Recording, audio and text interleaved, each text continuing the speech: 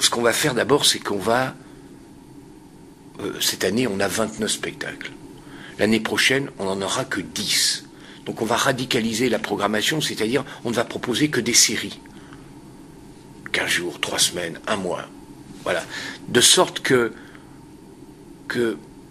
les personnes qu'on accueille, c'est comme si, vous savez, quand vous accueillez 2 ou 3 fois un spectacle, c'est comme si vous invitiez quelqu'un à manger puis que vous leur donniez que l'entrée.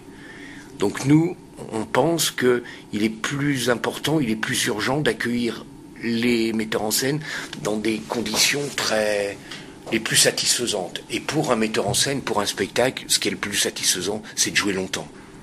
C'est-à-dire de pouvoir fédérer un public, de pouvoir faire un travail autour du spectacle. Donc on va changer cette manière de fonctionner. Les gens vont être un peu surpris parce qu'ils vont, voilà, au lieu de 29, ils vont en trouver que 10.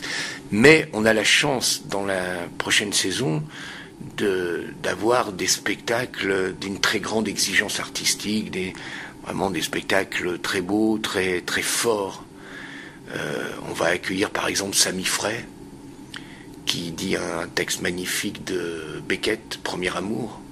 On va accueillir Laurent Pelli, qui est un des très grands metteurs en scène d'opéra, une des stars de la mise en scène aujourd'hui, avec un spectacle sur Victor Hugo, 1000 francs de récompense.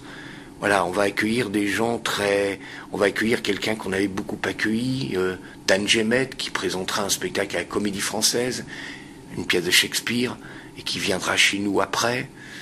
Voilà, on va accueillir vraiment un jeune metteur en scène qui va proposer Les Précieuses Ridicules de Molière avec uniquement des femmes.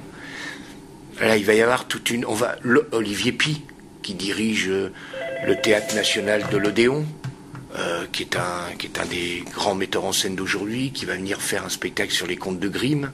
Voilà, une dizaine de spectacles d'un très haut niveau.